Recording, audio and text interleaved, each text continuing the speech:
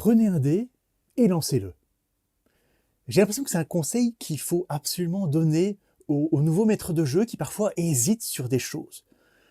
L'aléatoire, c'est le cœur du jeu de rôle. Quand vous hésitez sur un truc, vous prenez un dé et vous le lancez.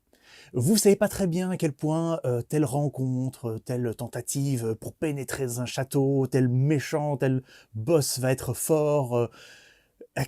Gérer des difficultés, gérer de l'aléatoire. L'aléatoire, c'est le cœur du jeu de rôle.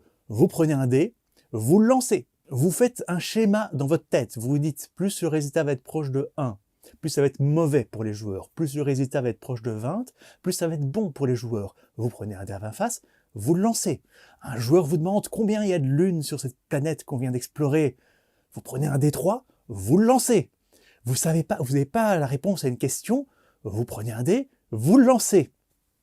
Je fais plein de jeux de rôle où les PNJ n'ont pas ou peu de caractéristiques ou simplement ne font pas de jets parce que c'est pas dans le système. C'est toujours les joueurs qui vont faire des jets.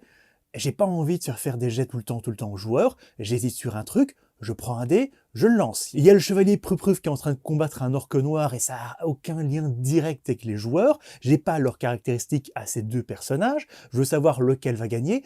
Je prends un dé, je lance. Je me dis à l'avance, le chevalier Prupruf, il est beaucoup plus fort, et donc de 1 à 15, c'est lui qui va gagner, et de 16 à 20, c'est l'orque noir qui va gagner. Vous prenez un dé, vous faites un petit calcul rapide au pif dans votre tête, vous le lancez.